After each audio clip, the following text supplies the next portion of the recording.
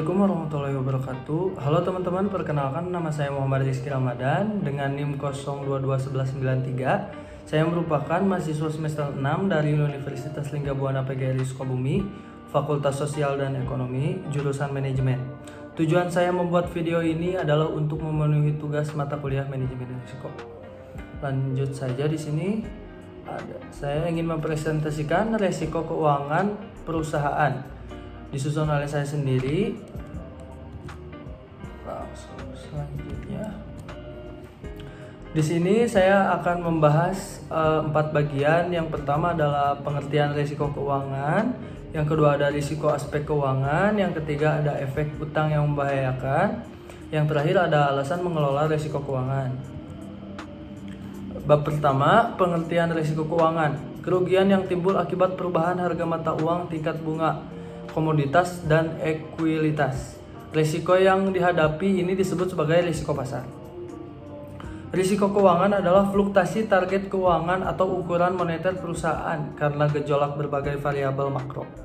Brigham dan Houston yang dikutip oleh Drama One tahun 2015 menjelaskan bahwa risiko keuangan adalah suatu tambahan risiko bagi pemegang saham, biasa yang diakibatkan oleh penggunaan leverage keuangan. Leverage keuangan mengacu pada penggunaan sekuritas yang memberikan penghasilan tetap hutang dan saham preferen. Di sini saya akan menjelaskan lebih lanjut tentang leverage keuangan. Leverage keuangan dapat menjadi alat yang sangat efektif untuk meningkatkan potensi keuntungan, tetapi juga meningkatkan risiko ketika investasi menghasilkan keuntungan. Leverage dapat memperbesar keuntungan tersebut. Namun jika investasi mengalami kerugian, leverage juga dapat memperbesar kerugian tersebut juga. Oleh karena itu, penggunaan leverage perlu dipastikan dengan hati-hati dan disesuaikan dengan profil risiko dan tujuan investasi.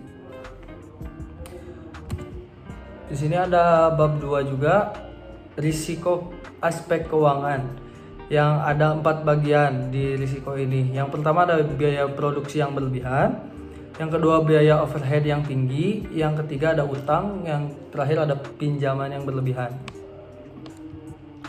Biaya produksi yang berlebihan. Biaya produksi yang tinggi akan berdampak pada harga jual produk yang tinggi pula, sehingga produk akan sulit bersaing di pasar.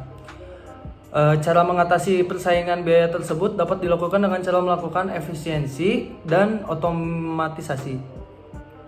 Efisiensi dapat mengurangi biaya, namun hal ini memerlukan perencanaan yang baik. Contoh adalah produk selalu tersedia pada saat diperlukan. Tenaga kerja meningkatkan kualitas kerja mereka sehingga dapat memperkecil waste pemborosan. Otomatisasi merupakan salah satu jalan keluar untuk mengurangi biaya produksi, yaitu dengan menggantikan peran manusia dengan mesin. Sebelum pergantian itu sudah tentu perusahaan harus menghitung untung rugi dengan cara membandingkan biaya mesin terhadap penghematan pada buruh dan bahan baku. Yang kedua, di sini ada biaya overhead yang tinggi. Biaya perusahaan berskala besar, biasanya biaya per unit produk yang dihasilkan lebih rendah dari perusahaan yang lebih kecil karena pangsa pasar yang dimiliki lebih besar. Perusahaan yang berkembang pesat pun membutuhkan biaya-biaya tambahan seperti pegawai, aset, dan lain-lain untuk membantu mendapatkan pasar yang besar pula. Naiknya keuntungan yang diperoleh perusahaan pada gilirannya akan menaikkan biaya. Misalnya biaya untuk kenaikan gaji karyawan, malah juga untuk mendukung kegiatan yang sifatnya sosial. Namun sebaiknya apabila penjualan mulai menurun dan terus menurun, maka biaya-biaya perusahaan tersebut dapat menjadi beban. Oleh karenanya pemotongan biaya perlu dilakukan, tetapi hendaknya diprioritaskan dan pada biaya kegiatan-kegiatan yang tidak signifikan untuk menghasilkan penjualan walaupun tidak mudah melakukannya. Terus ada utang. Salah satu penyebab terjadinya krisis berkepanjangan di Indonesia sejak pertengahan tahun 1997 adalah hutang swasta kepada kreditor asing yang pada saat jatuh tempo ternyata tidak terbayar.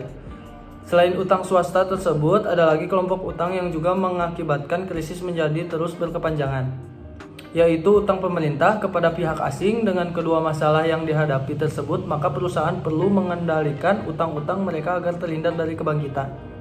Pencegahan utang. Pada masa perekonomian sedang tumbuh, banyak perusahaan ingin mengembangkan usahanya secepatnya karena takut tertinggal oleh para pesaingnya. Kadangkala kebijakan-kebijakan perusahaan yang telah ada dilanggar oleh semangat spekulasi yang mempengaruhi sistem kerja yang ada. Kondisi seperti ini sangat berisiko bagi kebijakan keuntungan perusahaan.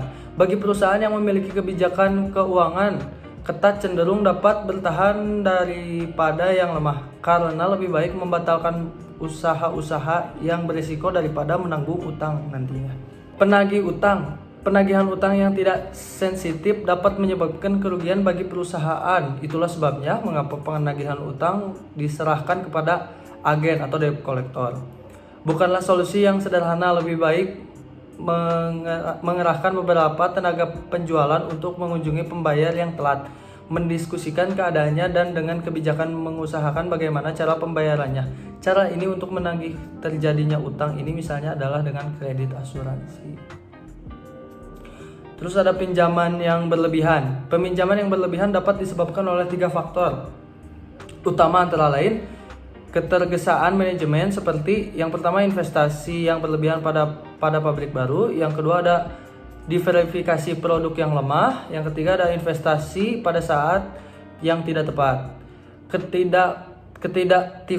Ketidakaktifan manajemen, seperti yang pertama adalah kegagalan dalam respon periode jatuhnya penjualan, yang kedua ada kegagalan mencegah jatuhnya penjualan pada lokasi pasar yang ditentukan, yang ketiga ada harga pasar yang terlalu tinggi atau harga di bawah harga pokok produksi. Terus ada kenaikan nilai bunga. Yang pertama, nilai utang yang harus dibayarkan ternyata lebih tinggi. Yang kedua, kebutuhan akan modal kerja yang juga lebih besar. Lanjut, bab 3. 3 efek utang yang membahayakan. Yang pertama ada menambah beban perusahaan, yang kedua ada risiko likuiditas, yang ketiga hilangnya kepercayaan bank dan pemegang saham. Nah, yang pertama menambah beban perusahaan sehingga pendapatan terpaksa digunakan untuk membayar pinjaman daripada diinvestasikan. Bank atau para pemegang saham mungkin hilang kepercayaannya pada perusahaan dalam hal kemampuannya untuk membayar kembali pinjamannya.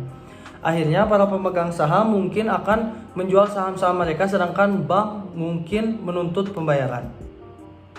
Jika perusahaan sudah tidak dapat lagi mendapatkan pinjaman dari bank oleh karena nilai pinjamannya sudah maksimal, dan jika perusahaan tidak mampu lagi membayar utang-utangnya, perusahaan dapat dilikuidasi. Yang kedua ada risiko likuiditas. Risiko kredit merupakan risiko yang ditanggung kreditor akibat debitur tidak mampu membayar pinjaman sesuai waktu yang telah disepakati. Sering terjadi produsen menaruh produknya lebih dulu dan dibayar kemudian, atau debitur meminjam uang untuk usaha tetapi usahanya gagal. Akibatnya timbul kredit macet. Upaya untuk mengatasi hal tersebut, resiko kredit, diantaranya dengan cara memberikan kredit kepada seseorang yang minimal memenuhi syarat yang dapat dipercaya, seperti yaitu watak dan reputasi yang telah diketahui. Yang kedua ada kemampuan untuk membayar capacity. Hal ini dapat dilihat dari kemampuannya, hasil yang diperoleh dari usahanya, laba usaha. Yang ketiga ada kemampuan modal sendiri yang ditempatkan dalam usaha kapital sehingga merupakan net personal assets. Yang terakhir adalah keadaan usahanya selama ini, condition, adalah menunjukkan tren naik, mendatar atau menurun. Lanjut ke bab yang terakhir, bab 4, alasan mengelola risiko keuangan. Yang pertama, mengendalikan risiko keuangan dapat meningkatkan nilai perusahaan karena investor menyukai manajer keuangan yang mampu mengidentifikasi dan mengelola risiko besar. Yang kedua ada stabilitas aliran kas, bisa meminimalkan kejutan laba sehingga ekspektasi arus kas naik. Stabilitas laba mengurangi risiko gagal bayar dan kebangkrutan. Yang ketiga ada manajemen exposure yang aktif, membuat perusahaan bisa konsentrasi pada risiko bisnis utama. Misal perusahaan manufaktur dapat terlindung dari risiko suku bunga dari mata uang dengan berkonsentrasi pada produksi dan pemasaran. Yang terakhir ada pemberi pinjaman, kreditur, karyawan dan pelanggan juga bisa memperoleh manfaat dari manajemen exposure. Demikian presentasi kali ini. Mohon maaf bila ada salah-salah kata. Saya Muhammad Rizky Ramadan undur diri. Wabillahi taufiq wal hidayah. Wassalamualaikum warahmatullahi wabarakatuh.